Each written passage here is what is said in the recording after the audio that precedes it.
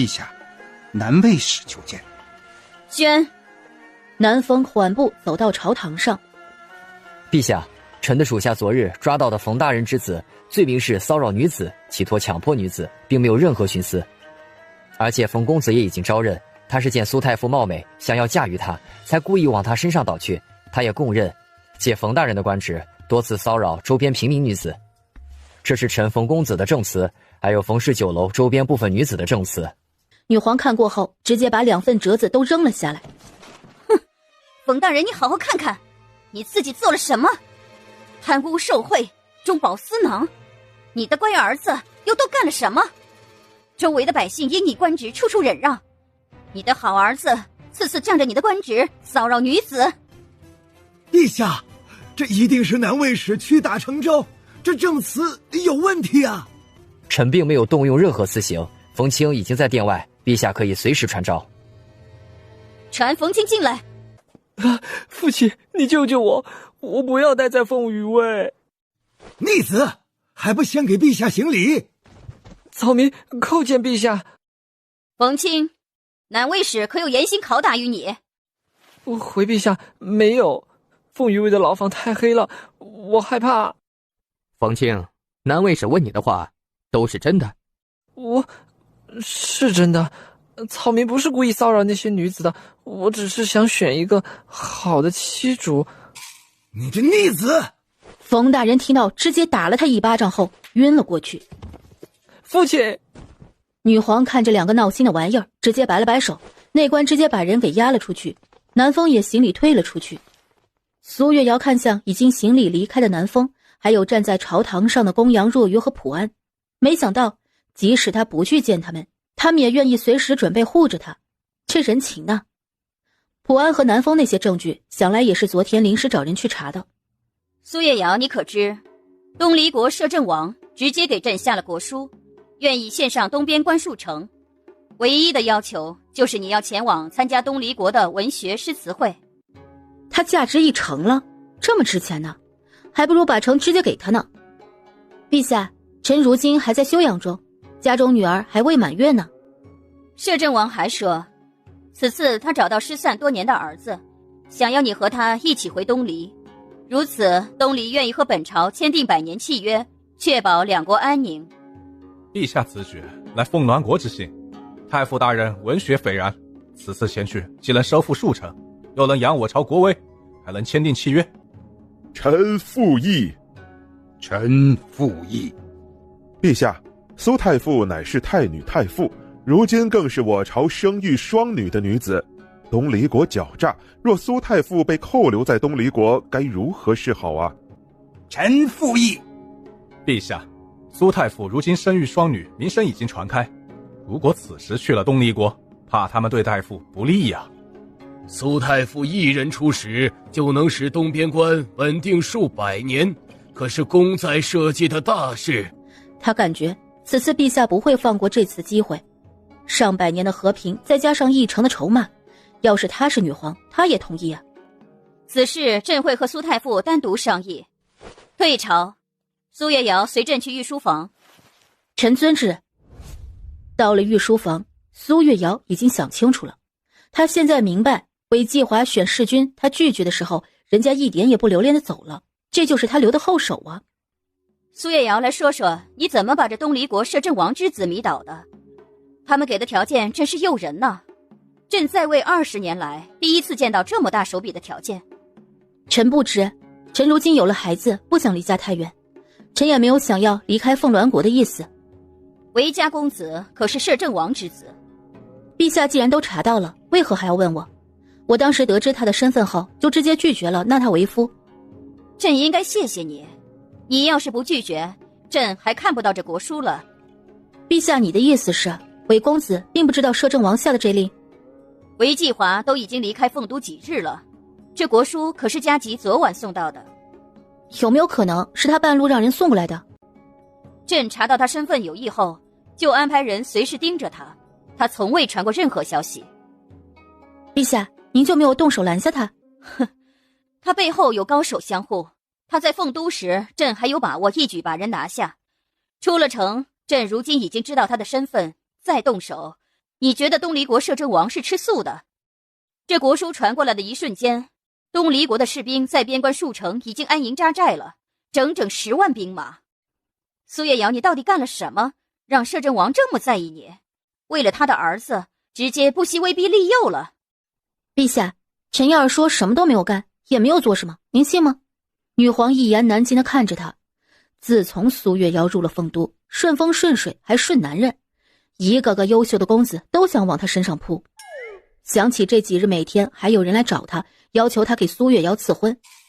苏月瑶，此次也是个机会，朕不管东离国是真心还是假意，你都要去看一眼。你的安全朕会安排好，让益阳派禁军全程护送你，而且东离国边境是孙将军守着，他的嫡孙也已经入了你府邸，他跟着你一同前去。南风会带着凤羽卫贴身保护你，公羊若雨和普安朕封他们为特使，跟着一起出使东离国。许家的公子也带上，听说武功了得，想来一路上很安全。陛下，臣的女儿们还未满月，这趟非去不可了。非去不可。孩子和你的主君侧君们要留在府里照看2个孩子。陛下，我不。苏月瑶，朕没有要用孩子和你郎君威胁你的意思，但是朕要防着东离国出手，你明白吗？朕已经下了国书，特意让你晚出发几天，办完你女儿们的满月宴席。陛下，你的主君既然去不了，就让涛儿陪着你去吧。你那位江湖上的侧君也可以跟着去。陛下，臣还是觉得您在防备臣。苏月瑶，你放肆！你身为凤鸾国百姓，如今以你一人之力护着东境安稳，朕即使把你绑过去也要试试。陛下，东境安稳想我去一趟可以，但是陛下为何不让我带主君和孩子一起去，单独留下他们，不是怕我直接去了不回来吗？如今你已经是太女太傅，朕相信你不会背叛凤鸾国，所以朕让涛儿跟着你去东离国。一朝皇子出使敌国也是带着危险的，难道你要带着刚满月的女儿出行，一路上颠簸流离的？朕更怕东离国拿捏住你的2个孩子。不管如何，你的2个孩子都不能离开凤鸾国。你要是想带其他人去也行，朕不管。女皇说的不无道理，东离国是个什么情况，她确实不清楚，她也不打算带着2个女儿出门，孩子还太小，但是女皇的要求她又不爽。你自己回去想想，退下吧，朕稍后会发圣旨。臣告退。到了宫门，发现崔阳、南风、公羊、若愚和普安在等着他。你们怎么都在这里等着？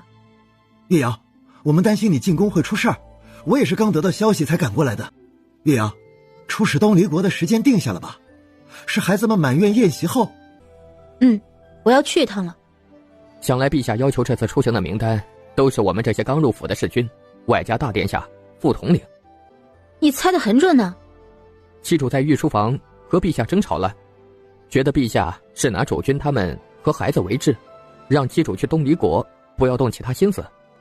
你怎么什么都猜出来了？不难猜，陛下已经封你为太女太傅，应该是觉得你不会叛国，但是他更怕你被东离国拿捏，转头来对付凤鸾国。我们都知道，能拿捏你的就是孩子和郎君了。毕竟韦公子应该已经能看出来，这就相当于妻主在东离国人眼中有了软肋。陛下不会傻的让你出使，再让你带着软肋过去。真是太聪明了，什么还没有说呢，都猜到了。所以陛下才会要求你不带主君侧君们，只带我们。我们要是在东离国出事儿，您也不会心疼是吧？他们出事，他不会心疼的吗？他不知道，也许会，也许不会吧。普安啊，没想到我公羊也会有一天如此不被人重视。苏女君，陛下应该会封我和公羊为使者，我们会保护好你，早日回来的。元夜，这次我出发时间有点长，火锅店的事情就麻烦你们多照看了。火锅店前2日正式开业了，苏月瑶提前带着锅专门去了皇宫，请女皇吃了一顿。女皇被美食彻底的俘获，就对苏月瑶额外使用了铁制品的事情睁一只眼闭一只眼。特别是苏月瑶还把店铺的2成利润给了他，他什么都不干，每月还有银钱进账。苏月瑶也给桓家、荀家，包括公羊家族提供合作的方式，让他们自己找铁石制作锅，他提供火锅底料，支持他们加盟开店，每个分店都要3成利润，几家为了做成生意，也都额外私自给了陛下2成利。女皇知道也很支持，毕竟她的私库银钱不多，南方之前的水患、军需消耗等等都需要用银钱。火锅店一瞬间在整个凤都火了起来，因为中间好几种药材调料是陆远义提供的。苏月瑶本来也想给他分成，但是陆远义没有要，他只是按照药材买卖的价格提供给苏月瑶。七主，你放心吧，药材的需求我和袁景会注意的，就是你让妍希提供的辣椒要跟上。辣椒我已经让他在南疆那边大量收购了，也安排人种植了，我这边也留了不少的种子，来年我们也种。七主，火锅店开业没几天，人一直都是爆满，连星鹤居附近的店铺生意都好了很多。等天气越来越冷，吃火锅的人想来会更多了。等我们实现调料和辣椒自由了，就把火锅推广到北境去，那里比我们这里还要冷，他们应该会更适合。会实现的，七主所需要的我已经安排人专门种植了，还有玉琪把和陆氏相邻庄子上的土地都给我了，让我安排种植。这个我倒是不知道了，如今火锅店都是他来负责，玉琪做生意的手段简直了。每次他有好的想法，只需给裴玉琪说一下，他都能立马明白过来，而且还能举一反三的运用，简直是个为做生意而生的人。玉琪如今被七主忙的，想见他一面都难。那他也开心，我看玉琪是真心喜欢做生意的。这也少不了七主如此支持他。本来女子就不喜商户，也不喜男子在外奔波，是我们有幸遇到七主呢。元一说的不错，遇到七主真好。你们2个今日怎么碰到一起了？还不是七主太厉害了，一个火锅让荀家那些老古董非要跟着做生意，我这不代表荀家和玉琪商量商量吗？火锅刚出现，大家兴起喜欢吃很正常，慢慢的生意就落了下来。七主不是还提供了其他吃法吗？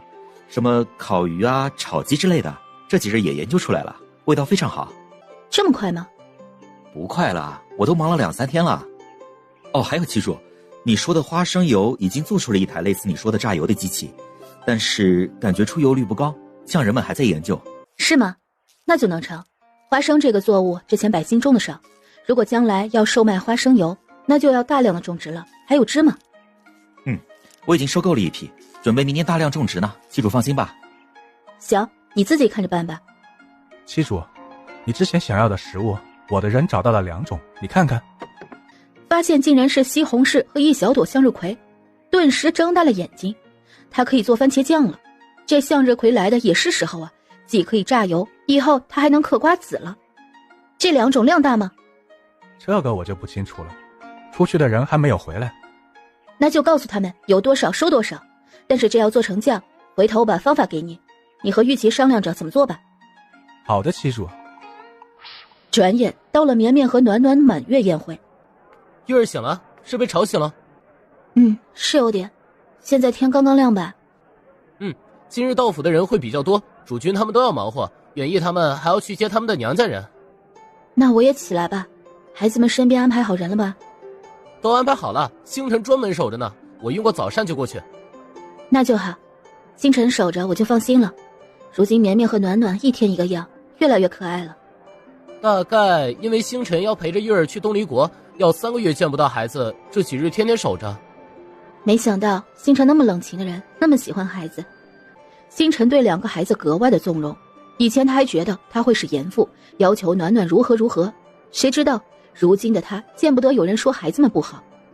是月儿生的好，他们2个长得又可爱，星辰不喜欢才怪，而且暖暖那个活泼劲儿，将来也有的闹了。那就让星辰自己头疼去吧。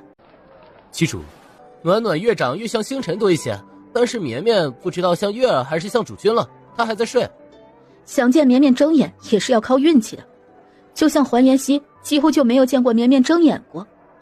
苏月瑶看了眼正在熟睡的绵绵，她这个大女儿大部分的时间都在睡，也不知道像谁，她也很少遇到睁眼的她。星辰，你小时候这么活泼的吗？七主，我不知道。我也不知道我小时候是不是这么活泼。要我说，这2个孩子肯定是随了你们2个。妍希，你这话不是废话吗？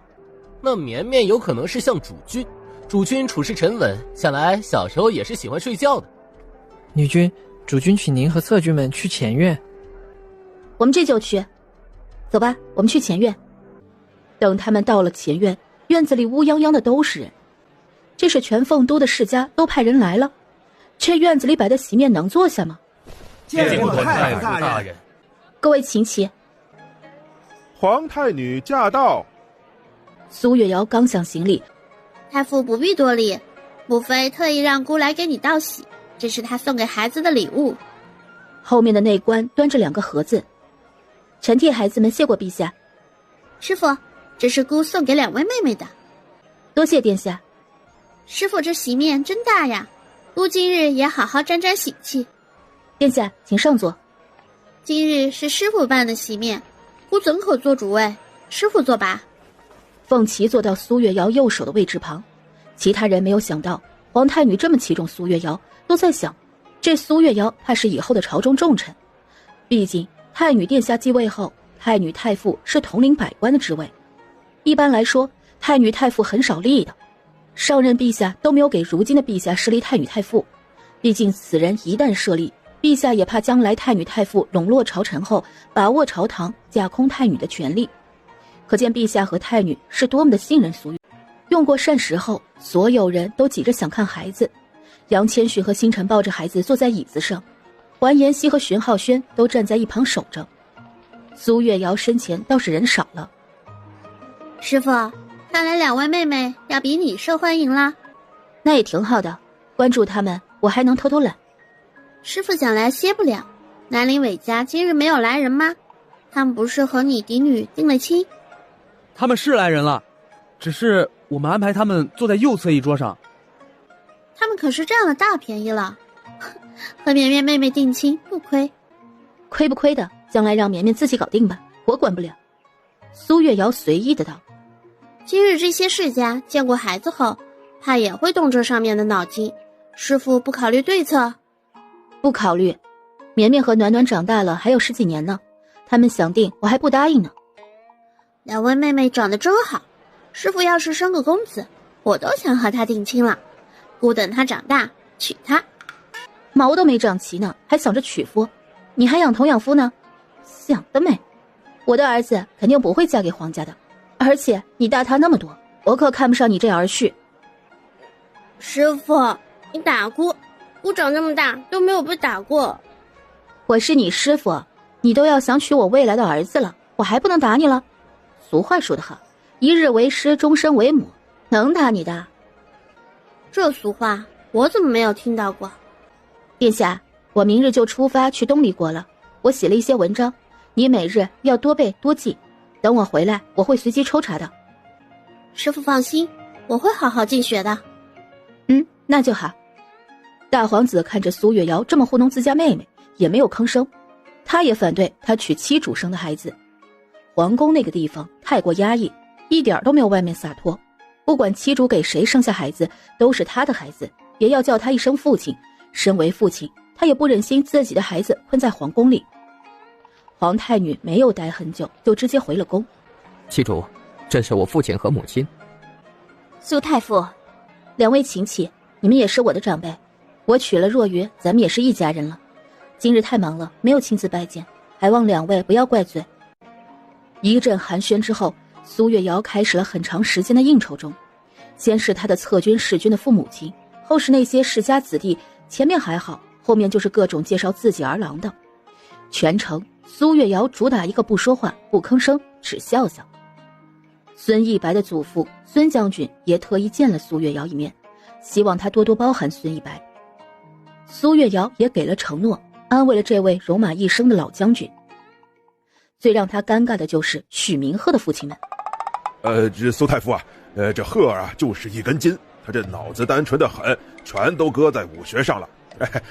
苏太傅啊，要是觉得他哪里不好，直接打就行啊。我们已经教导过了，他不会对你动手的。你们要是不教导，他还能动手不成？他武功是不是很高？他要是动手了，是不是直接就把他拍扁了？这会儿苏月瑶的内心精彩极了。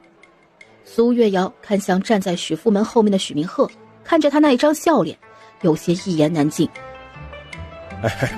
如果他要惹事儿啊，你只管说啊，或者让主君好好的教导他，千万可别心慈手软。这样他下次就不敢了。苏太府啊，我这个儿子平常威压太大了，我都以为他就是充军的命，没想到你选了他，许家要谢谢你。要是你实在糟心，千万别休了他，我回头再让人选几家合适的玉石铺子送过来。苏月瑶扯着嘴角，这是亲娘和亲爹吗？她其实觉得许明鹤挺好的，除了感觉有些压力外，她倒没有觉得这人不好。也许是相处太少了，没有发现。就这样，苏月瑶见了不知道多少人，打了多少招呼，到最后脸都笑僵了。一直等客人都离开后，她直接瘫在了椅子上。这宴会也不是一般人能办的呀，好累呀。院中的其他人也都坐着，但是他们都规规矩矩的，不像苏月瑶一样半瘫着。你们都先回去歇息吧，明日一早我们出发去东离国。好的，旗主。主君，你和旗主先回去休息吧，这里我来安排，让下人收拾收拾。明日旗主就要离开了，这几日主君忙得都没有时间陪旗主，想来也有很多话要和旗主说说。好啊，那我和主君先回去歇息了。他有几日没有和芊芊好好说话了，确实临走前想好好的和他说会儿话。两人回到主院，苏月瑶看着杨千寻有些疲惫，心疼地说：最近这些时日辛苦你了，芊芊。不辛苦，这是我应该做的。阿瑶明日就要去东离国了，我真舍不得你。我也舍不得你，早知道不纳韦继华就要去东离国，我当时就纳了他了，省得跑这一趟还这么远。下次见到韦继华，他真的好想把人给打一顿。即使不是他出的主意，他也很生气。有这样的母亲，为何还要招惹他？东离国的摄政王不是简单的人物，想来旗主的各方面他都查清楚了，想见你一面正好有了借口。这韦继华就是个祸水。阿瑶，你可要做好准备，这次你去东离国说不定会把韦公子给带回来，而且想来不能弑君了。摄政王的儿子最起码是个侧君，要是这摄政王强势一些，主君之位都要让给他，两国的和平也不是因为阿瑶破裂的。他要是如此，直接鱼死网破吧，谁都不用活了。不会到如此地步，阿瑶的态度很重要，如果真的到了那一步，阿瑶要先保护自己，我们什么都可以。什么叫你们都可以？我们不怕他们，真到那一步了，我们也不一定会被他们压着呀。放心，我心里有数。一国摄政王下了那么大的筹码，他肯定也有其他的目的。目前这摄政王是奔着阿瑶和他儿子韦公子，之前韦公子说他父亲的事情，想来是有误的。摄政王很看重韦公子。等到了东离国再说吧，路上都要走半个月，想想都累。阿瑶这一去，不管是收了数城，还是签订了100年友好契约，对凤鸾国来说，东晋就是安慰的，是件功德的事情。但是私心，我并不想让你受委屈。如果真的不行，就不要答应他们，我们会陪着你。不喜倒是没有，我之前不纳韦计划，就是不想和东离国有牵扯。如今已经牵扯了，最坏的打算不就是娶了他吗？其实南风他们住进忘忧居也不影响我什么呀，我如今觉得都好，只是一点，我不想吸引那么多的大佬，我其实还是很有压力的。阿瑶，这话要是让其他女子听到，她们都得嫉妒的抓狂了吧？女子都喜郎君有能力有权势，好让他们更好的生活，扶持家族。阿瑶总是想要避开。你笑什么啊？你看看这后院，星辰、妍希、浩轩他们一个个哪个好惹了？阿瑶，他们是不好惹，但是他们的心都在你身上，他们的不好惹都是对外人的。我知道呀，但是怎么说呢？苏月瑶不知道如何表达她的想法，也许是她内心深处还是带着一丝丝的自卑感，总感觉他们那么有权势有能力，为何单单看上她了？阿瑶，我不知你之前发生了什么，如今我们的人和心都是你的，你享受我的侍奉是应当的，你的心不应该觉得愧疚，懂了吗？阿瑶不懂也没有关系，我们余生相伴，你迟早会明白的。东离国的风土人情和我们这里差不多，阿瑶也不会不习惯。东离国听说有岛屿环海，阿瑶可以当作散心去游玩，遇到好的景色可以画下来，到时候给我看看。好啊，我会把好看的风景画下来。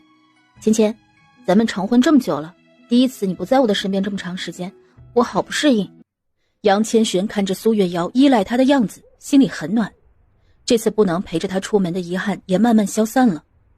我在家守着孩子们，等俺回来。要是遇到不好的事情，让星辰他们挡着，别自己挡着。南风他们，你要是不适应他们伺候，希望殿下星辰一样随时陪着你。这次去的都是你选的侍君，如果觉得合适，还有你可以试着接纳他们。芊芊，你把我推给其他人，他们的心思都不纯，我才不要就这么稀里糊涂的接纳他们呢。那就等他们彻彻底底喜欢上阿瑶的时候再考虑。我期待他们和阿瑶朝夕相处之后，回来还是如此。南风和孙一白是为了族人，普安是为了有住的地方，公羊若愚是为了子嗣，许明鹤是心思多样，简直就是个爹宝男。顺其自然吧，在外我是不会委屈自己的，你们也在家里好好等着我回来。就这样，苏月瑶躺在杨千寻的怀里说了半宿的话，想要把接下来3个月要说的话都说出来一样。你是不是那个嗜杀阁的阁主？3年前咱们是不是打了一架？顿时整个马车的人都看向两人，连苏月瑶都有些打起精神，好奇地看向两人。你被嗜杀阁的人追杀过？那倒没有，当时你们嗜杀阁在追杀一人，我刚好路过，你们以为我和他是一路的，就和我打起来了。当初救人的是你？星辰想起当初他们追杀的一个江洋大盗，即将把那人给追上时，突然跳出来一个男子，他们都以为他们是同伙，他就和他打了起来。当时两人武力相当，打了很久。你们为何追杀那个人啊？而且3年前你的武功好厉害呀，要不是我寻好破绽逃了，说不定就被你抓住了。那人是一个江洋大盗，偷了嗜杀阁的东西，所以我们才追杀他。你如今武功怎么样？一会儿我们找个地方再打一架可好？我这2年很少遇到和我对打超过30招的人。我不想打。你是不是觉得我打不过你？你能打过我，我认输。你怎么直接认输？我还没有跟你打，打了之后你再认输。不打，我要陪着妻主。你怎么这样？我五父亲说我们要相亲相爱，一起照顾妻主，要互相帮助。我这么点愿望，你怎么不愿意帮我？妻主，你不帮我吗？男人之间的事情让女子出面，这合适吗？还有，这么茶的语气，他是如何镇定自若地说出来的？他这又是跟哪个父亲学的？连其他人都有些不相信许明鹤会说这样的话。许世君，按照规矩，我们不能给妻主带来烦扰，而且我们也不能和其他郎君发生冲突。那我们只是切磋武艺也不行？只切磋武艺的话是可以的，那你让星辰策军同意就好，但是不能让妻主帮你。那他不和我切磋怎么办？许世君啊，那这就是你的事儿了。怎么是我的事情？不是还有妻主的事情？这和妻主没有关系。你们都欺负我！你闭嘴！等有机会了，我陪你打一下。许明鹤点了点头，没有说话，还是满脸可怜地看着苏月瑶。星辰都答应你了，你看着我做什么？妻主，你刚刚凶我，还让我闭嘴，我难过。我3父亲说了，男子在后院不得女子喜欢，以后日子就过得不好。你都凶我了，我以后没有好日子过了。许明鹤，你给我正常点，你这语气，你这眼神，以后都不要再有了。我6父亲说我这样会得妻主喜欢的，我母亲就是很喜欢这样的。许世君，妻主和你母亲不一样，你的几父亲不是说了，要时刻听妻主的话，不能反驳吗？妻主都交代你了，你听话就对了。公羊，你说的对，但之前我用平常的样子，你被吓得回了房间，我不敢嘛。公羊若愚成功的卡壳了。之后一瞬间，许明鹤身上发出了一丝丝的威压。苏月瑶突然间感受到了一股压迫感，抬头看向许明鹤，两人视线相交。苏月瑶感觉他眼神里冷厉的气息，下意识的直接避开。许世君，收起你的威压，伤着妻主了，看我收拾你！许明鹤下意识的想要反击，两股内力一瞬间碰撞在了一起。星辰直接闪身，拽着许明鹤出了马车。车厢外赶车的天一和天二直接被星辰的内力震开了。记住，我和许世君去外面打一架吧。殿下，星辰能打过许明鹤吧？我不知道，许明鹤的内力很深，刚才我们2个人的内力相交，我动不了他分毫。我们2个相当，但是也有可能他没使用全力。此时马车全部停了下来。妻主，发生什么事情了？没事，许世君脑子有些问题，星辰去教训教训他。殿下，你知道星辰他们去哪个方向了吗？我想去看看他们打架。旗主，许世军的内力太深，还是不要去了，怕误伤你。好吧。等了一会儿，苏月瑶见他们还没有回来，有些困。一阳，我们还是继续走吧，他们2个武功那么高，而且暗处也有噬杀阁的人，让他们打完自己过来吧。好的，旗主。等苏月瑶再次醒来的时候，发现已经是下午了。旗主醒了。现在什么时辰了？星辰他们还没有回来。刚过申时，星策军还没有回来。我睡了这么长时间呢。还好，旗主，想来是昨晚没有休息好，那便多睡一会儿吧。膳食我们留了一些，你先吃一些，再过1个时辰，我们就能到驿馆了。好啊，星辰他们还没有回来呀，这么能打的吗？旗主，高手过招，确实不好容易分出胜负。明鹤的威压，上次差点给我压出血来。他的内力很强，但是他好像并不知道收敛自己的威压。旗主，他其实就是太单纯了。想来以前的他，除了练武，并没有学其他的事情。你这是给许明鹤说好话呢？算是吧，而且平常有他陪着，欢乐也多。虽说有时候一言难尽，但大多数他那些父亲教导的内容也不错。公羊这话说得对，只是许世军分不清哪些是旗主喜欢的。旗主，你不会觉得这菜饼子膳食太过简陋了吗？这很好吃啊，我特意交代厨房准备的。咱们这次还是早去早回，我可不想在路上耽搁太多的时间。连普安心里都有一些触动，女子多娇贵，即使出行也是坚决要吃上热饭的。像苏月瑶这样的女子真的很少。殿下，你们午膳怎么用的？马车一直在赶路，我们也只是吃了菜饼子。我之前去南陵府时，天一他们还给我做饭了，当时普巡查还说我影响进度呢。其实在那个时候我就是故意拖延时间的，好在南陵府生下孩子。普安有些尴尬，不知道说什么。当时他对苏月瑶确实有意见。去东离国我其实不想去，来回路上太颠簸了，但是没有办法呀。等到了东离国，见到韦继华，可不可以打他一顿？旗主，你把韦公子娶了就可以打了。娶了也不可在东离国动手，得回到凤鸾国才行，不然啊，那位摄政王可不会愿意的。我们到时候直接给他套上麻袋打一顿。这个方法可行。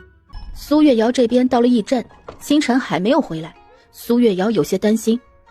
女君不用担心，阁主身边的人传来消息，他和许世军还没有分出胜负，最晚半夜会回来。苏月瑶听完直接黑线飞过，打了1个下午了吧，还没有分出胜负啊。等到了第2日，苏月瑶醒来就发现星辰已经回来了。星辰，你和许明鹤分出胜负了吗？没有，应该算是平局吧。记住，他脑子虽然有些不好，但是武功确实不错。这趟路上我不在你身边，他守着你，你安全很有保障。我已经教训过他了，他接下来想来会乖乖的。你怎么教训他了？不是平局吗？我是侧军，他是视军，他很听话的。啊，这说的是什么意思啊？到了大厅用膳的时候，看到鼻青脸肿的许明鹤从房间里出来。记住，慢点吃。打人不打脸，星辰是真给力呀。许明鹤之前那么俊美的一张脸，被打成这样也是要水平的。关键，许明鹤还让打。见过旗主，各位侧军。你这是？旗主，我技不如人，打输了。旗主用肾，许世军脸上的伤过几日就好了。哦，好。之后，马车上没有许明鹤，换成了孙一白。旗主，许世军的面容有损，你看着也糟心，让他在外面2天。此时的众人看星辰的眼神都变了，连大皇子都默默地给星辰竖了个大拇指。苏月瑶心里确实好奇，星辰到底如何打的许明鹤？明明他说是平局了，他心里特别想知道。其他人心里也和苏月瑶一样，很想知道，但是星辰一副不想说的样子，众人都没有问。孙世勋，方便给我们说说虚城什么情况吗？回星策军，虚城是在东门关30里的一座小城，里面大概有34户百姓，还是很繁华的。毕竟从我国到东离国都要通过这座城。虚城距离东离国多远？它周围有其他的城池吗？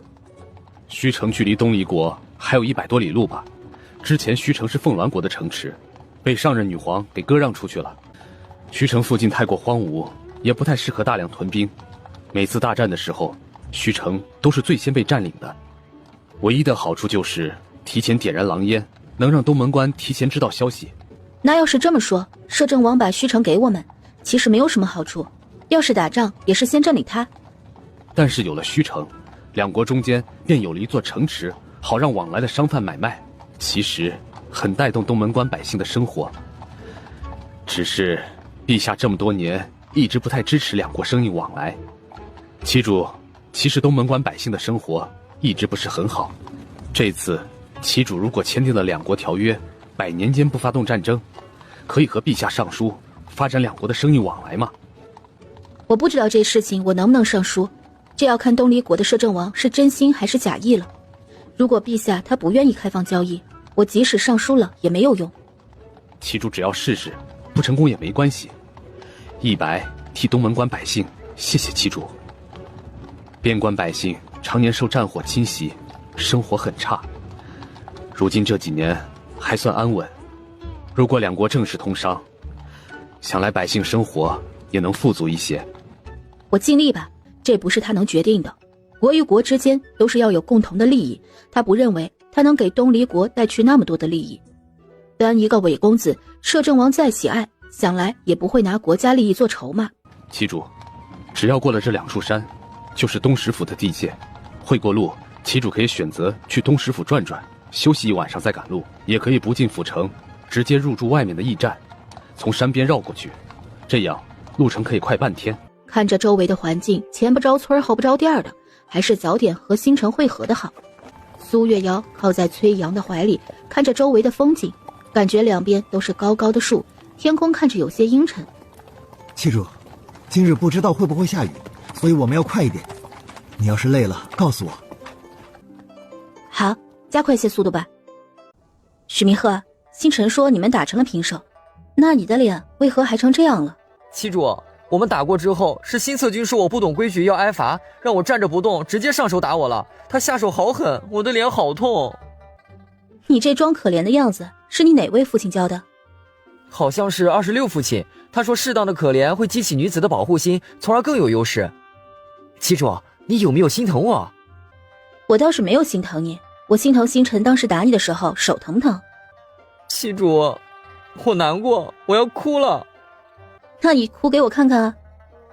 旗主，你欺负我。苏月瑶没想到许明鹤会真的哭，你可别哭了，我逗你的。你如今这张俊脸还淤了青呢，哭起来一点都不好看。旗主，你在逗许世君吗？哼，这孩子缺心眼，别让他哭伤了。他还是第一次见这么大个男子哭得这么伤心呢。关键他武功还那么高，他是很敬重高手的。但是这个许明鹤让他有股深深的无力感。崔策军，我不缺心眼儿，我就是被旗主的话伤着了，忍不住才哭的。好，你不缺心眼，是我说错了，行吧？苏月瑶有些头疼地看着许明鹤，他其实还真的觉得许明鹤挺缺心眼的，突然有种养孩子的错觉。我刚刚是逗你的，别哭了，我是有些心疼你被打成这样。旗主说的真的吗？是真的，本来眼睛的淤青呢才消散了些，别再哭肿了，不好看。好，我听话，不哭了。许明鹤带着大大的笑容擦干眼泪，笑着说道。苏月瑶看着青一块紫一块的脸，露着大大的笑容，顿时感觉有些辣眼睛，画面太美了。旗主，咱们慢慢赶路，你的身子重要。今日天不好，我心里有数。天一他们准备好膳食后，苏月瑶简单吃了一些就上了马车，一直走到天快黑的时候，众人才和星辰遇到。众人在天黑前到达了星辰找到的山洞，山洞里已经点燃了火堆，里面很干净，还算大。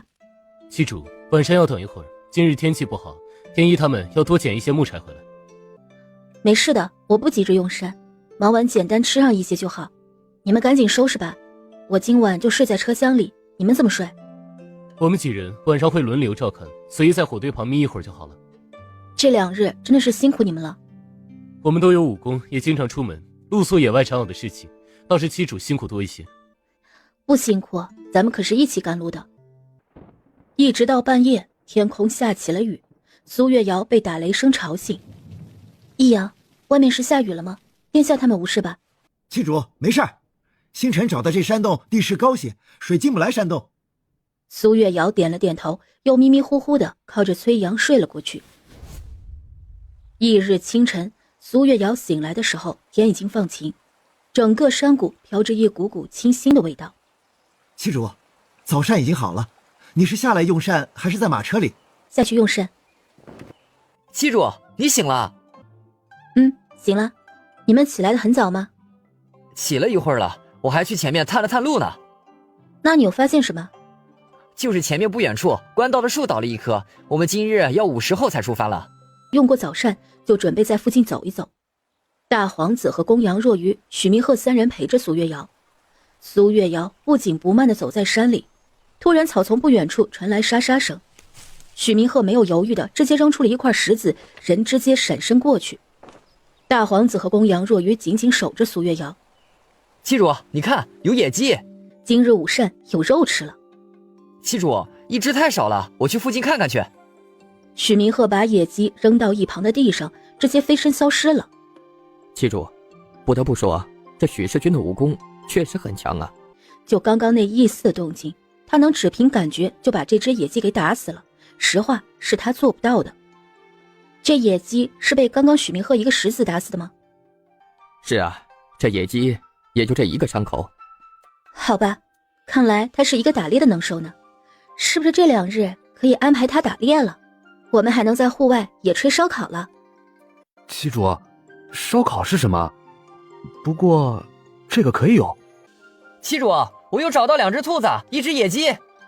许明鹤的声音已经传了过来，人还没有到，一瞬间就看到他一手抓着2只兔，一手抓着鸡的模样。你很棒啊！走，我们回去，午膳我们加餐。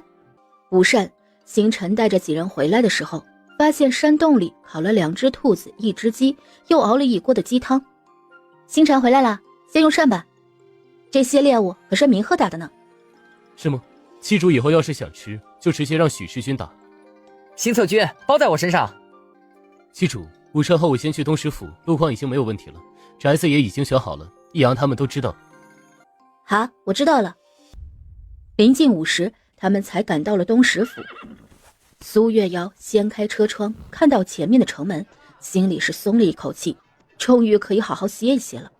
这几日赶路真的是要累死个人了，但是马车一直在原地排队。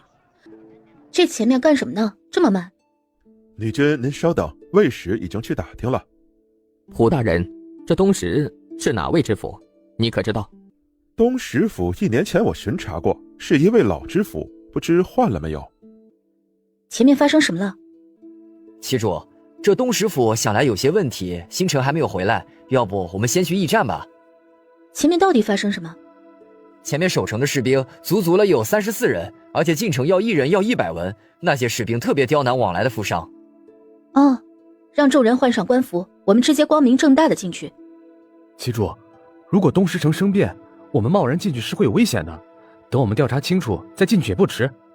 不用，如果他们真的生变，就应该暗处查到我过来了。这趟我们可是奉旨去东离国的，他们没有动静，而是城门口刁难其他的百姓，我猜是知府出了问题。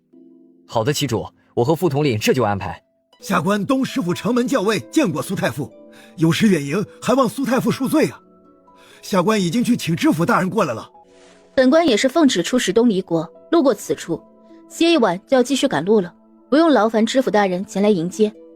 本官可以进城了吗？当然可以，当然可以。校尉，进东石府要多少银钱？100文，这数是不是有问题啊？回太傅的话，近期东边的东石山上有山匪作乱，所以收得多些，防止他们偷偷进来。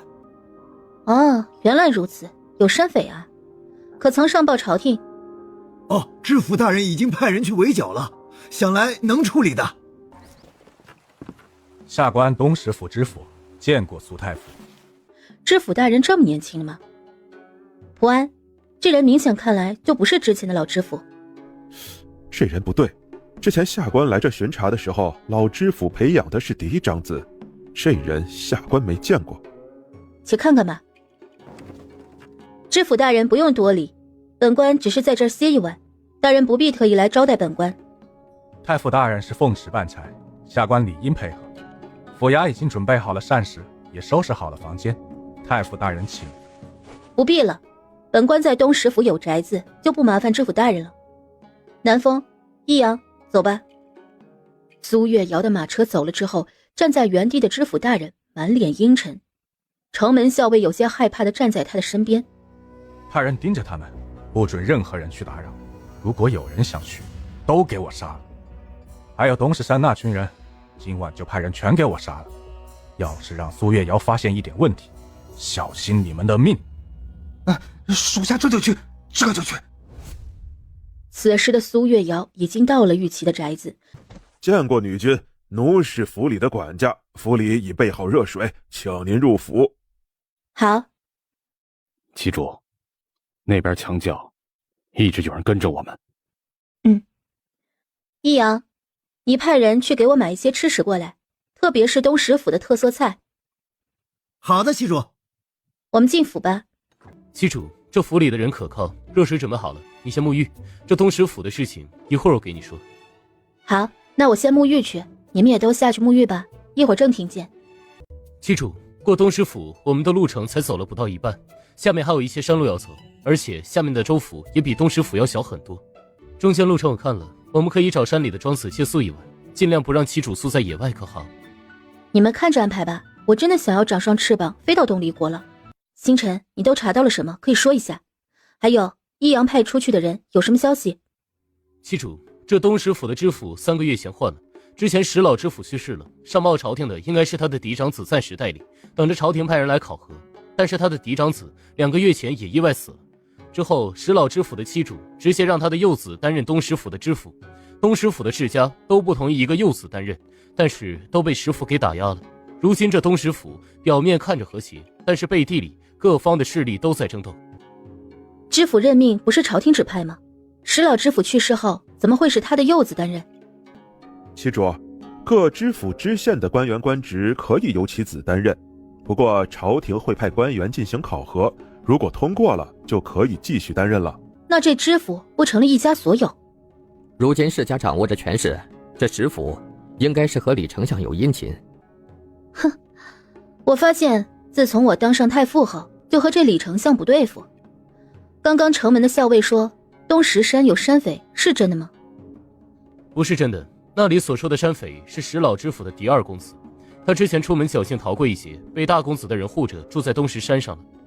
这个石小知府并不是石老知府的孩子，是他妻主和其他郎君所生。星辰，要是你这么说，那这个石二公子怕是有危险。妻主放心，我已经安排人去把这二公子给带回来了。那就好，想来这石老知府和大公子的死都和这位石小公子脱不了干系了。想来是有问题的，视察阁还在查。妻主，刚刚出去买东西的人说暗处一直有人盯着他们，而且街上的百姓还有店铺的商户也都颤颤巍巍的欲言又止的样子。看样子这位知府也做了不少的事儿啊，不然百姓不会是这个样子。午膳过后我们出去转转，我倒是要看看这知府到底干了什么。虎巡查，东石府的事情你记录好，事后直接派人快马给陛下送过去。好的，下官知道了。苏月瑶带着大皇子崔义阳、公羊若与普安一起出了门，几人没有乘坐马车，而是步行去了前面的街上。旗主，有人一直跟着我们。武功如何？能看出来吗？武功不高。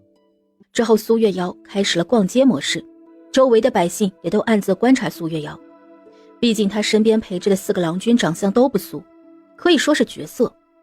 在他们东石府几乎没有人可以超过他们的样貌，而且他们也看到周围暗处知府大人的人，他们想和苏月瑶一行人搭话也不容易。这时远在2楼的一个女子看到苏月瑶身边的郎君，顿时眼睛都直了。去，把下面那几个郎君给我请到楼上来。好的，女君。你们几个郎君跟我们来，我们女君看上你们了。这是遇到强抢民女的戏码了。哦，不对，是强抢民男的戏码才对。是不是该他出场以身相护啊？他们是我的郎君，你的女君是谁？光天化日之下的强抢公子，没有王法吗？女君，这是石家小女君的护卫，他们目无王法，你赶紧想办法带着郎君逃吧。多谢提醒。切，既然知道我们的身份，赶紧写休书啊，把你这几位郎君给我家女君送过去。石家的小女君就这么猖狂了？哎呦，我家女君是如今知府大人的亲妹妹，知府大人就是这东石府的老大，东石府的天，你们算什么？普安都记住了吗？这东石府就是石家的天下。七主，我都记下了。妈的，我看你们是敬酒不吃吃罚酒。来人，给我把人给女君抓上去。护卫刚靠近，就被易阳和普安两下全都打趴下了。楼上的石小女君看到他们敢和他的人动手，顿时气哄哄的下楼来。你这贱人，敢动本女君的人，我要弄死你！哼，你怕是没有命能弄死我啊？哼，我是知府大人之妹，整个东石府都是我石家的，你还有你，我看上你们是你们的荣幸，别不知好歹。一会儿我哥哥知府大人来了，你们就死定了，特别是你，直接给你扔进女楼里，让人欺辱而死。苏月瑶皱眉，听着这石小女君口出秽言，直接上前走到她的面前，一巴掌打了过去。你敢打我？来人，给我打死他们！之后从其他地方又出来好多人包围苏月瑶，而暗处护着苏月瑶的人也都现身护着苏月瑶，顿时场面就乱了。七主，他们这些人不是我们的对手，不用担心。不出意外，苏月瑶的人直接把人全部打趴下了。石小女君直接惊恐地看着苏月瑶。你……这时石知府来了，看到满地躺着的护卫，心口一噎。他那边还没有把事情处理好，他这个妹妹又惹事，看上苏太傅的郎君，那些郎君都是什么人，他也敢沾？下官见过苏太傅。知府大人来的真是及时啊，来给本太傅说说，这东石府是你们石家的天下了？下官不敢。太傅大人，您大人有大量，原谅我这妹妹，她还小。哼，她小，还没有断奶呢，不问缘由的看上本太傅的郎君，就想要了去，让本太傅休了自己的郎君了。苏月瑶每说一句话，石小知府和石小女君的脸色就白一分。本太傅来介绍介绍我的郎君都是什么人。这位是大皇子，陛下的长子，由陛下亲自赐婚的嫔夫。石小女君想要他，让我休了他，抗旨的罪名你们石家担着。我不要。石小女君直接吓得不停地摇了摇头。还有这位禁军副统领，本太傅的侧父，凤都崔家下任家主，将来统领凤都禁军，我们的婚事也是陛下下旨赐婚的。这两位是本太傅在凤都出了题，特意从凤都世家中选出来的侍军，巡查御史普大人和御史中丞公羊大人。这次他们也是领了陛下旨意，特使和本太傅一起出使东离国。石小女君，你觉得这4位哪位你要得起？或者你们石家如今官大的能和陛下抗衡了，置礼法于不顾？拦截当着同为女子的面抢人郎君，我看你这熟练的程度是没有少做这样的事情吧？我知道错了，我没有，我不敢了，太傅大人饶了我。苏太傅，下官的母亲回去一定严厉教导，保证不让她再出错。石小知府话落，人群中突然闯入3个女子，对着苏月瑶就是跪了下来。太傅大人，求您为我们做主，石燕强抢我的主君，这使我主君不堪受辱，自杀了。太傅大人，这石燕强抢我嫡妻的弟弟，直接把他凌虐致死，求您做主啊！太傅大人，草民要告石燕欺压百姓，草民只是无意的看了他一眼，他就拿鞭子抽打我，我郎君维护我被打得遍体鳞伤，他事后甚至不准药馆救治我们，让我郎君不治身亡啊！你们胡说，我没有做过，你们污蔑我。还有，我是知府大人的妹妹，我要你郎君，你弟弟，我打你们都是你们的荣幸。你闭嘴，太傅大人，我的妹妹只是被气急了。你说这话你信吗？我看受害者不只是只有这3位女子吧？本太傅是陛下亲封的太女太傅，未来统领百官，陛下还亲赐我监察百官的权利。石小知府，你们兄妹所做之事，我会彻查到底。来人，将石小知府和石小女君拿下，押入大牢。崔副统领派禁军围了府衙，石小知府的人手全部押走。东石府的百姓如有冤屈，可到府衙报案，此事交由普大人和公羊大人。遵太傅大人令。我是知府，苏太傅没有圣旨，不得羁押本官。多谢太傅大人为草民做主。多谢太傅大人为草民做主啊！多谢太傅大人为草民做主。百姓顿时全部跪了下来。苏月瑶看着跪在地上的百姓，心里有股说不上来的感觉，这也许就是被人爱戴、真正为官的感觉。各位请起，本太傅受命于陛下，理应如此。百姓满脸感激地站起身，而此时的石小女君躺在地上不愿起来。禁军不能随意触碰女子，有些犯难。我是女子，你们不准碰我，我不要去大牢，我不要去。我来。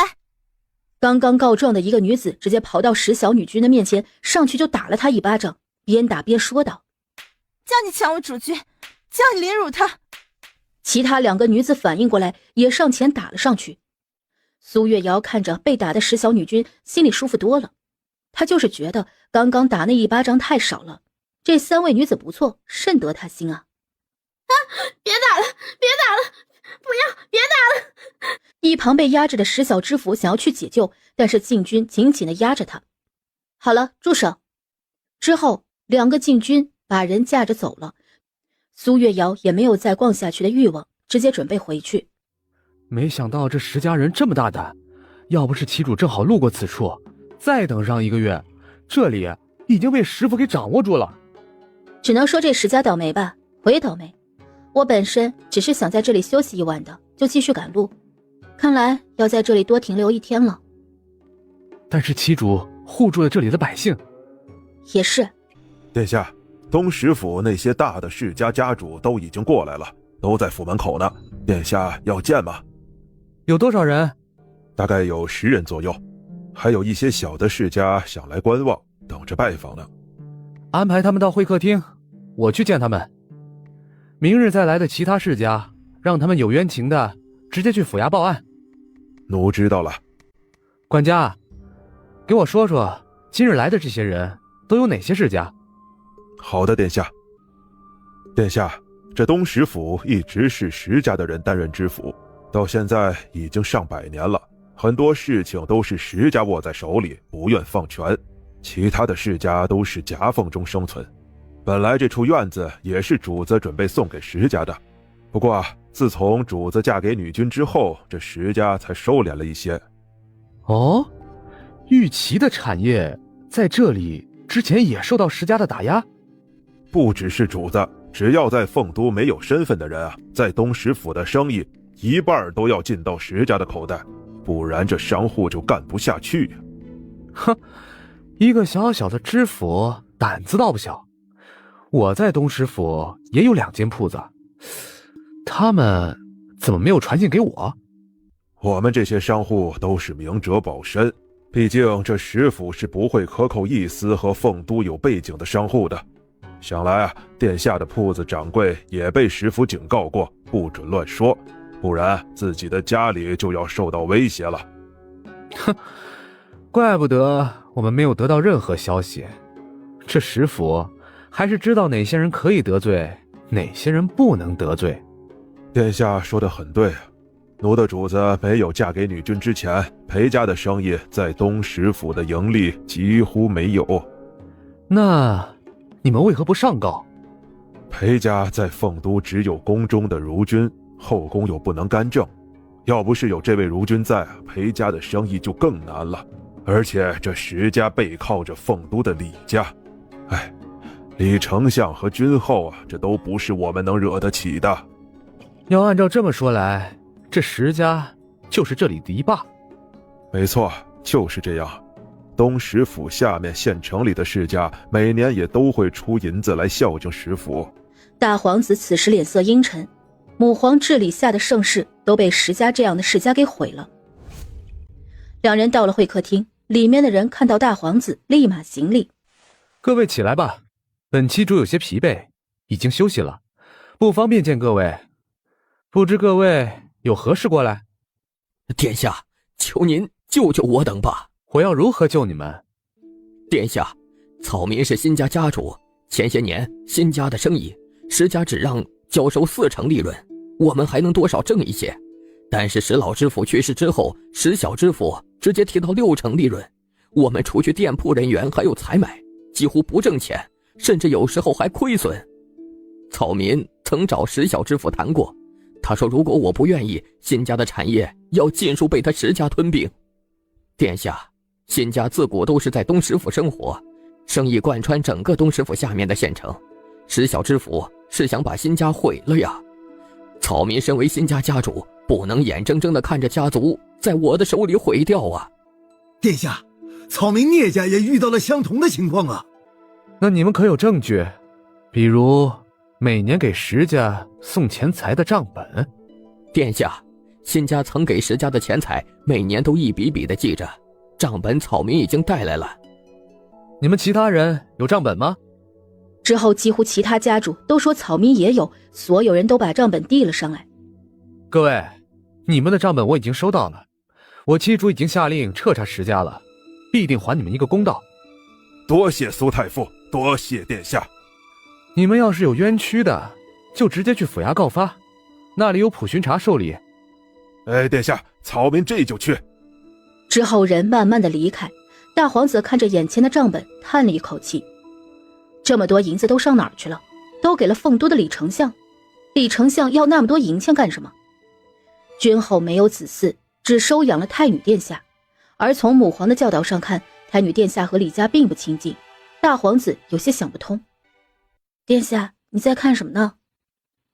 妻主，刚刚东石府的其他家主都过来了，把这些年石家压榨他们的账册送了过来。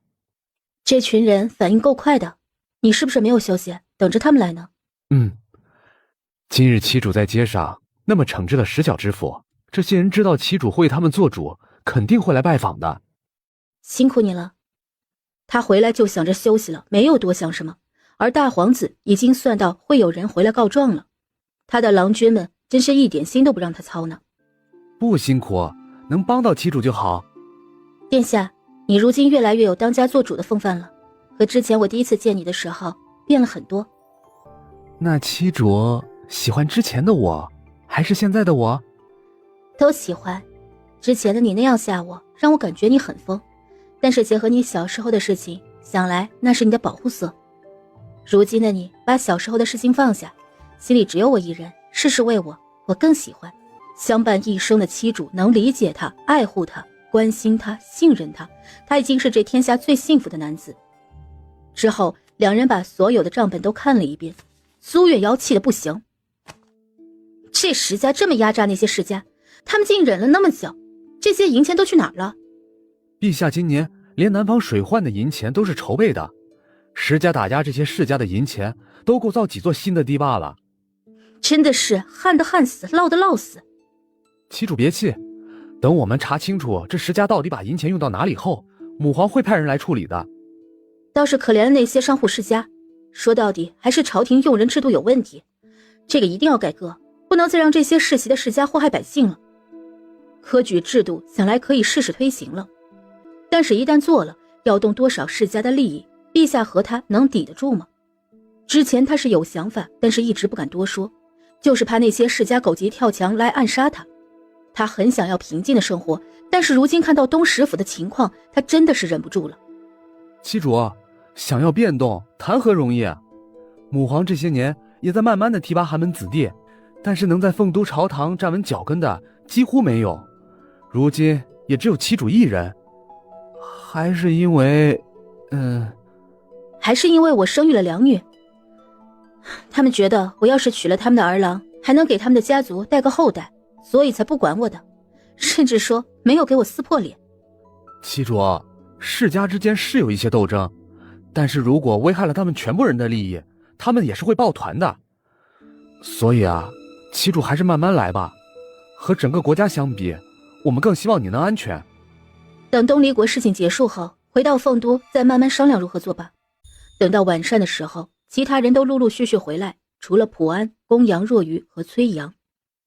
他们怎么还没有回来？七主，府衙门口还有一些百姓在排队陈诉冤情，普世军和公羊世军大概需要再忙一会儿了。益阳在一旁领着禁军守着。那我们先用膳吧，让厨房给他们留饭。我已经交代好厨房了。众人一起用过膳后，就去了书房。星辰，东石山那边是个什么情况？赤沙阁的人已经进去了。我和许世军今日上山，发现里面的人数不少，而且有几个高手。我感觉里面有些人不像是石家大公司的人。七主，我进到山里面，看到一些脚步很规整，像是专门训练的人，也像私兵。人手私兵？东石府附近没有驻兵，哪来的兵？七主，我之前就是在徐家训练私兵的，我有一半的感觉是在训练。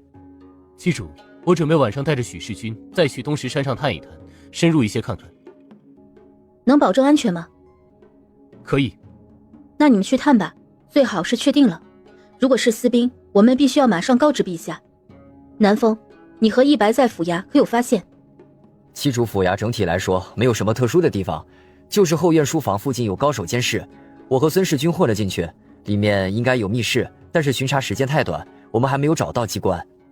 今日禁军已经把府衙围了起来，如果真的有密室，他们今晚一定会有动作。南风，你的凤羽卫也派过去，在前门扰乱，你们想法进到书房去。七主，凤羽卫要守着你，不能私自动用。现在情况特殊，暗处不是有人守着我吗？这个时候石家不敢对我动手，不然整个东石府的大小官员都要抵命了。先把石家搞定。好，我这就去安排。七主，我和许世军先去准备一些东西。好，去吧。整个书房就剩下大皇子和苏月瑶了。殿下，他们应该不会出事的吧？不会的，他们的武功都很高，一般人伤不了他们。七主要相信他们才对。那好吧，我其实是有些担心他们。这石府又是贪钱又是训练人兽的，想要干什么？李丞相他们按道理来说是不需要大量人手的，皇太女殿下是唯一的皇位继承人，又由凤后抚养着，难道要这些人控制其他人？苏月瑶天刚亮就醒了。殿下和其他人呢？他们回来没有？南世军和孙世军已经回来，两人都受了点伤，已经在包扎了，殿下在看着。等苏月瑶到的时候，两人已经包扎好了。七主，时辰还早，怎么不再睡一会儿？我刚醒，听说南风他们两个受伤了，就来看看。七主，我们没事，就是受了一点皮外伤。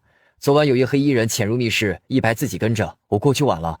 那名黑衣人武功极高，我们就受了点伤。我看看。七主不用，我没事。你怎么样了？哪里受伤了？七主，我没事。你们先穿好衣衫吧，我出去走走。我刚刚是不是不对？不应该拒绝七主的。不出意外，七主是不好意思了。你没有不对，而且七主也没打算要对你们做什么，何谈拒绝啊？七主刚刚盯着的地方是他们的胸膛吧？这次七主选的士军个个都是习武的，连最老的普安也是有武功傍身的，那他们的身材能差吗？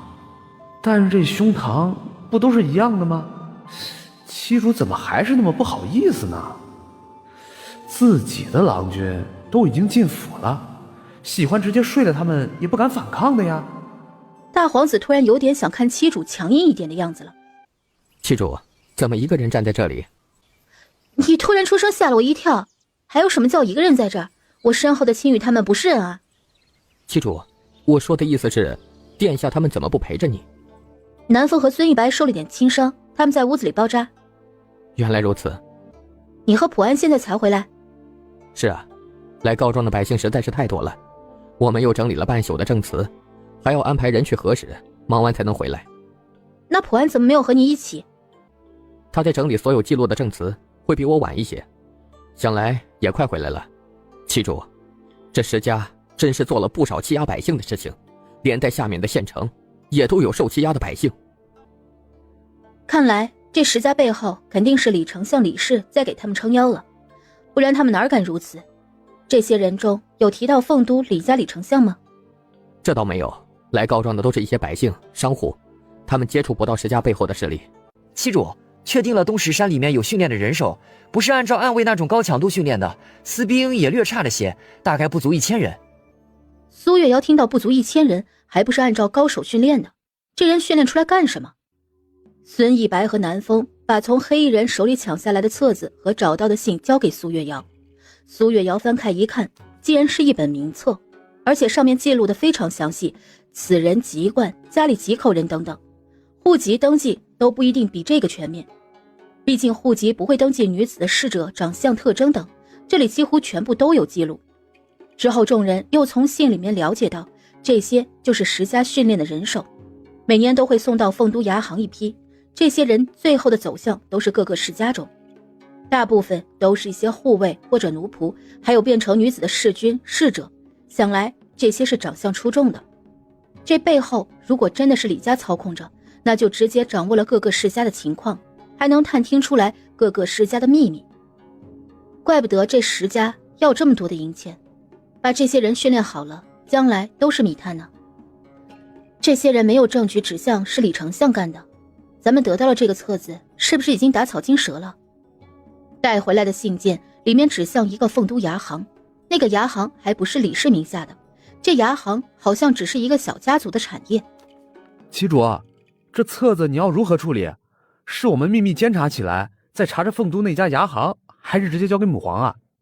我想想，但是山里这批人手得抓起来，不能让他们被送走了。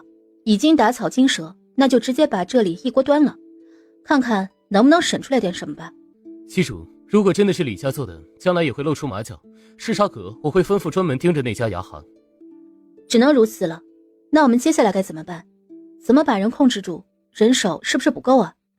七主，这个不用担心，这里距离凤羽卫据点不远，我可以调一些人来。这里有凤羽卫，你怎么一点消息都没有得到呢？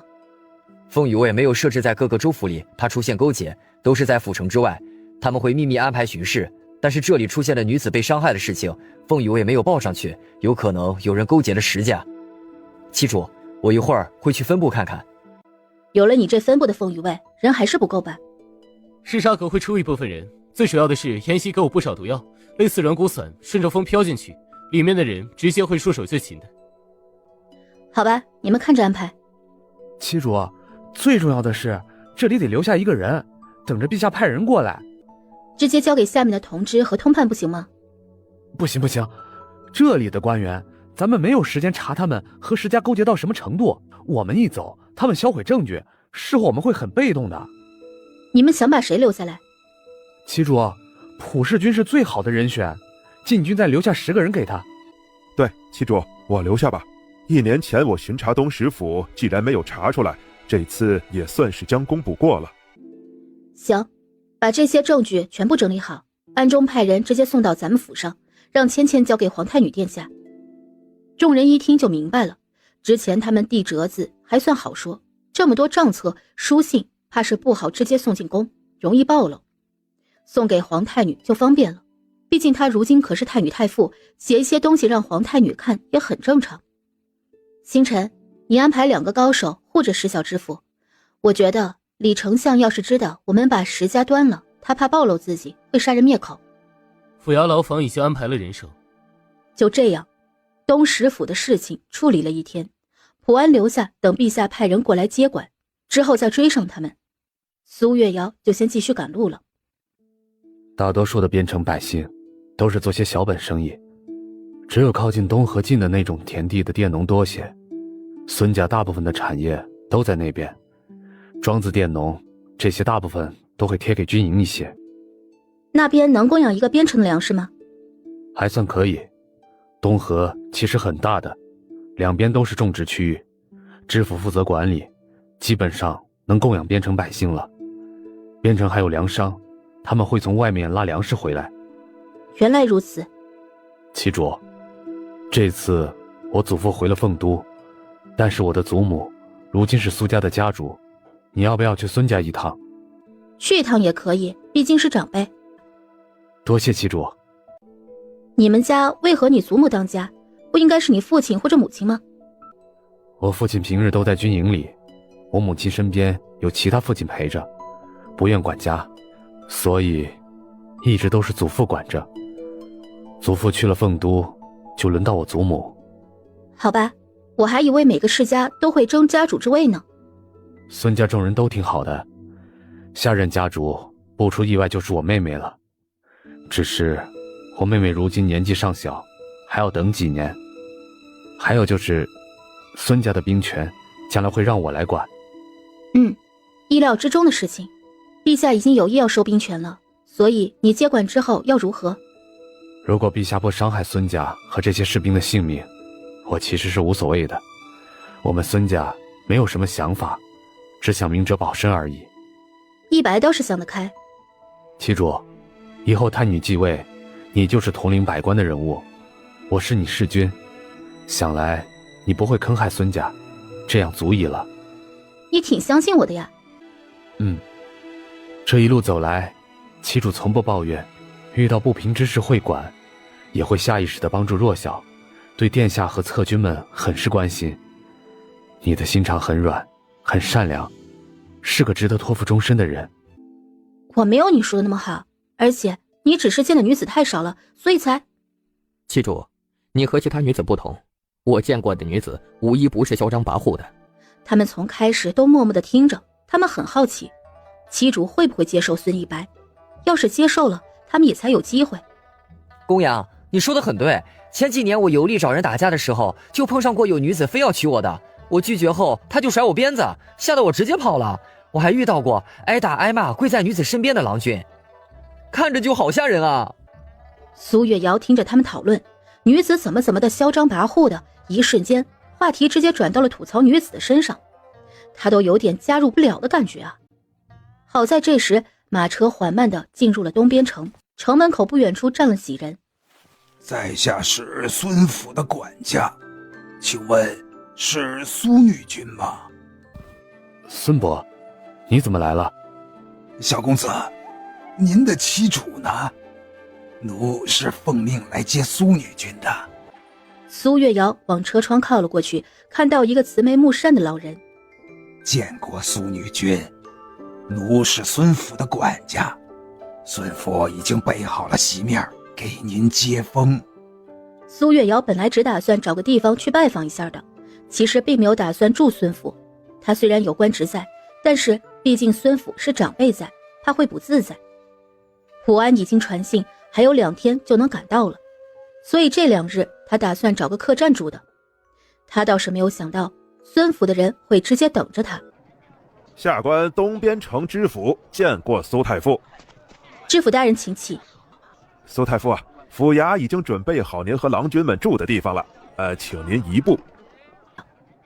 多谢知府大人的好意，本太傅的侍军就是孙将军家的公子，这2日我会住到孙家。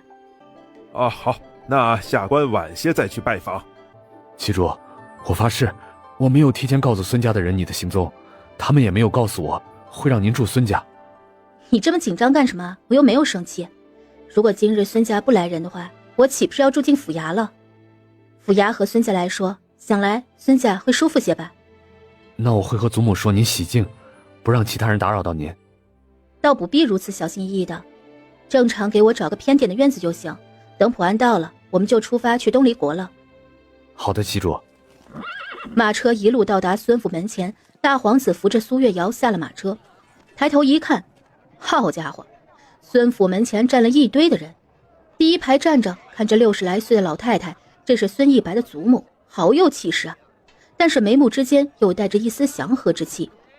老身携孙府众人见过苏太傅。孙老夫人不必多礼，我娶了一白，你也算是月瑶的长辈，怎敢受您礼？看来自家孙子很得他的喜欢呢。孙一白跟在后面看着苏月瑶的行为，脸上的笑容遮都遮不住。妻主真给他脸面。苏太傅赶路累了吧？我们快进去，膳食已经准备好了，先用膳，之后好好休息。苏月瑶看着这双慈爱的眼神，有一刻的呆愣。她还是第一次这么直观感受到一位老人对她的关心，像是关心自家晚辈一样。苏月瑶一直和孙老夫人说着话，她身边坐的是孙母，保养特别好的女子，想来也要有40多岁了，但是脸上一点褶皱都没有，性子也格外的好客。老身就不说那些虚话了，苏太傅赶路本身就累，早点吃好，好休息。苏月瑶对孙老夫人的行为很是满意，不刻意讨好，也不会因为她娶了她孙子而拖大。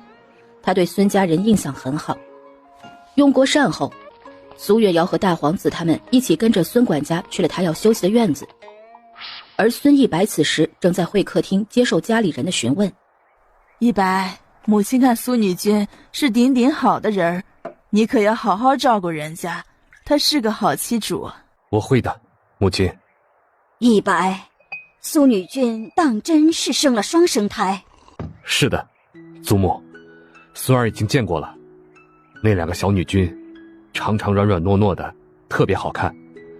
但是祖母你可别催着我妻主给我生孩子，他上面的大皇子殿下还有那些侧君还没有孩子呢。祖母是那不明事理的人吗？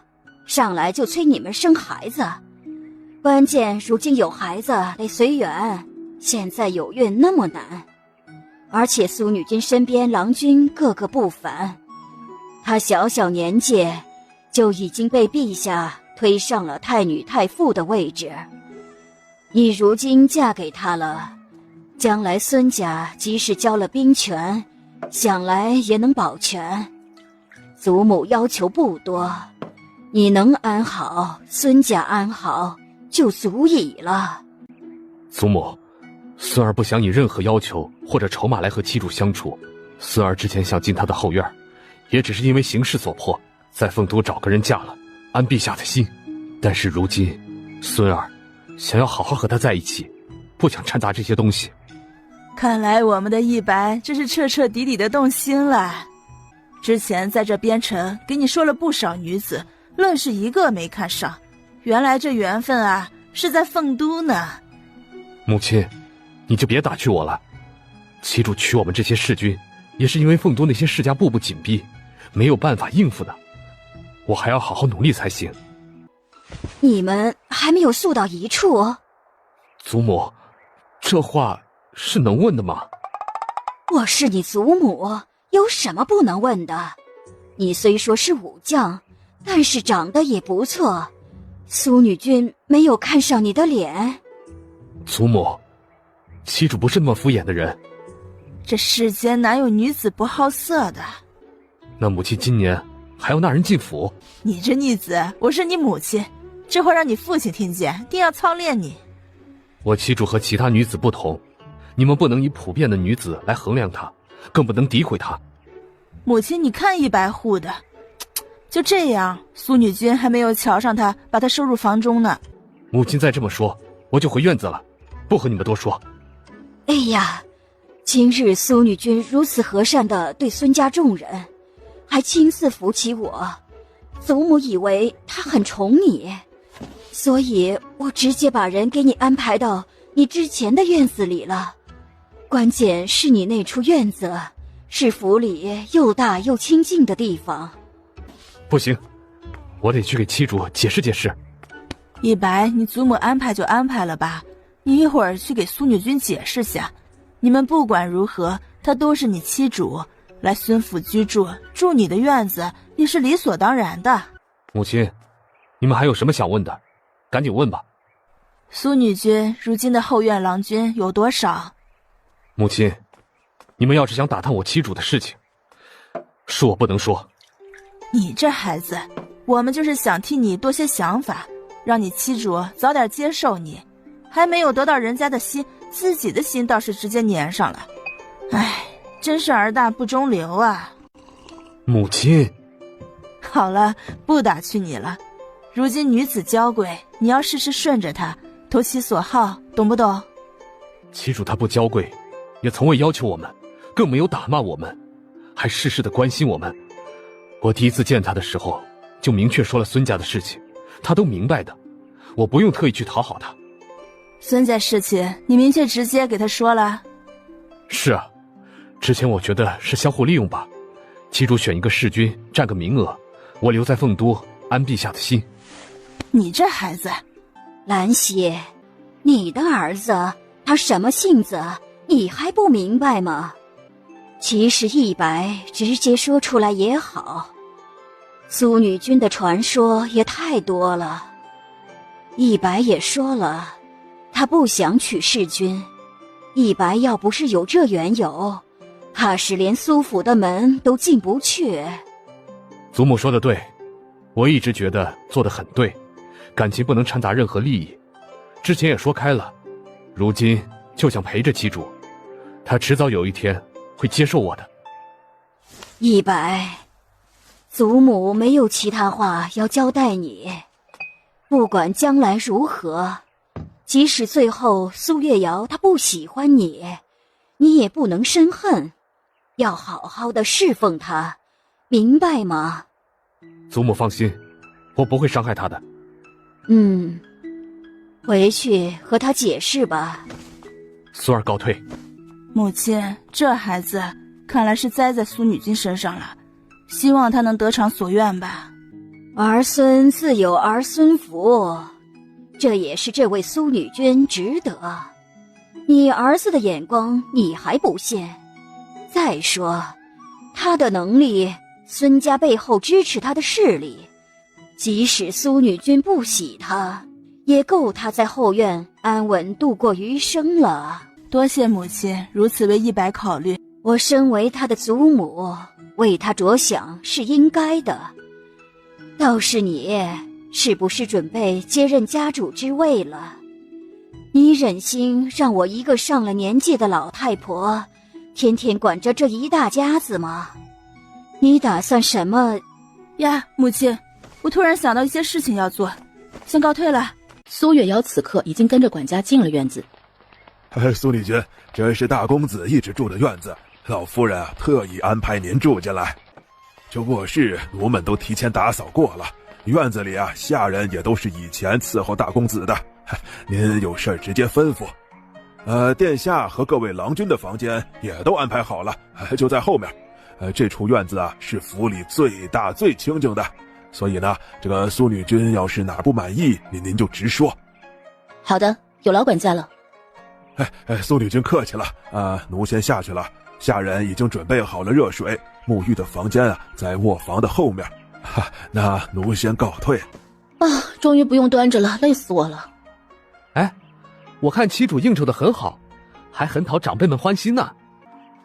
我其实不知道如何和他们相处，大多时候都只是微笑着，我的脸都快笑僵了。旗主这样做就已经很好了，您今日这么做也是给了孙府很大的面子。应该要给的，先不说这是孙一白的家人，其次是他们一直镇守边城，这样的行为就值得让人敬佩。之后是他们人很好，没有凤都世家那么弯弯绕绕直来直去的，我挺喜欢的。看来旗主对孙家很满意。要不今晚让孙世君陪着？殿下这是吃醋了，还是想把我推出去？旗主如果要安孙家的心，我们去东离国，一旦有些事情，孙家可以直接派兵救你。今晚其实可以和……不用，孙家不会看重这些。再说我的原则就这么容易被破？是我想错了。旗主先去沐浴休息会儿吧。行，我去沐浴了，你们也去沐浴吧。旗主呢？我有些话要解释，这院子不是我交代祖母安排的。嘘，小声一些，旗主睡着了。